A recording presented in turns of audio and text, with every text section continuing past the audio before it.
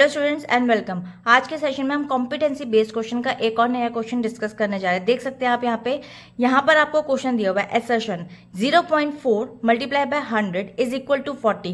देखिए 4 के बाद डबल जीरो लगा के सिंपल इसको मल्टीप्लाई कर लीजिए। एक के बाद पॉइंट है तो कट डाउन करेंगे तो 40 ही आंसर आएगा। बट रीजन बोल रहा है to multiply a decimal number by 100 shift the decimal point to right by 2 places.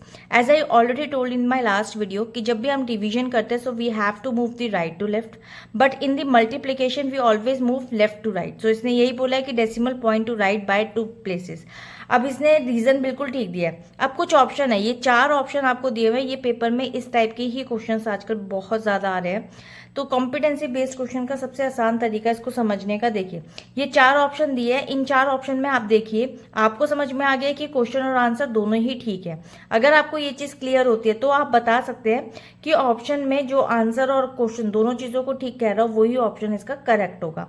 उसकी आप एक्सप्लेनेशन भी दे सकते हैं। जैसे इसने दिया R and A are true and R is the correct explanation, यानी कि आर जो रीजन उसने दिया वो करेक्ट एक्सप्लेनेशन है फॉर ए, यानी कि जो क्वेश्चन है उसका आंसर इसने बिल्कुल रीजन ठीक दिया है। तो एक तो ऑप्शन ये कह रहा है अकॉर्डिंग, सेकेंड ऑप्शन कह रहा है कि R and A are true but R is not the correct explanation for ए।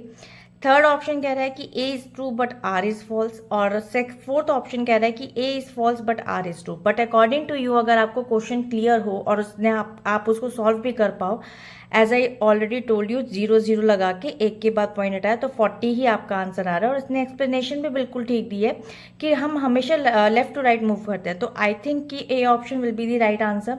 अगर आप इसमें एक्सप्लेनेशन लिखना चाहें तो आप ये लिख सकते हैं कि व्हेन वी मल्टीप्लाई, सिंपल इसको आप इस तरीके से एक्सप्लेन कर सकते हैं if it is required. So when we multiply a decimal number by 100, by 10, 100 or 1000, etc. So we shift a decimal, the decimal to the right, depending upon the number of zeros, तो ये आपका answer हो गया।